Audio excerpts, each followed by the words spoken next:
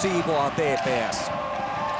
Tomi Sallisella on nyt omat kamppailut Viktor Sjöholmin kanssa ja nyt on sellaiset kamppailut, että sittenkö lähdetään ihan kunnon lauantai-illan tansseihin. Siltä näyttää.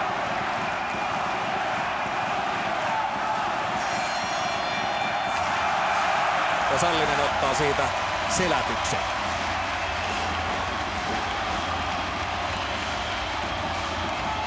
Taisi olla aika poikki Tepsin pelaaja ennen kuin homma alkoi. Tuntuu, että hyvä kun pysyi pystyssä. Että mistä se lähti? Siinä oli pikku huitomista puolin ja toisin ensin tässä näin. Ja joo. 22-vuotias ruotsalaispuolustaja Viktor Sjöholm. Jönköpingistä lähtöisin ja sitten vähän kokeneempi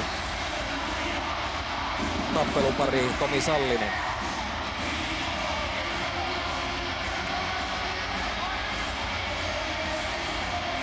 Tomi Salliselle näytetään, että pukukopin puolelle on suunta, mutta Sallinen ei halua lähteä tuolta jäähypenkille.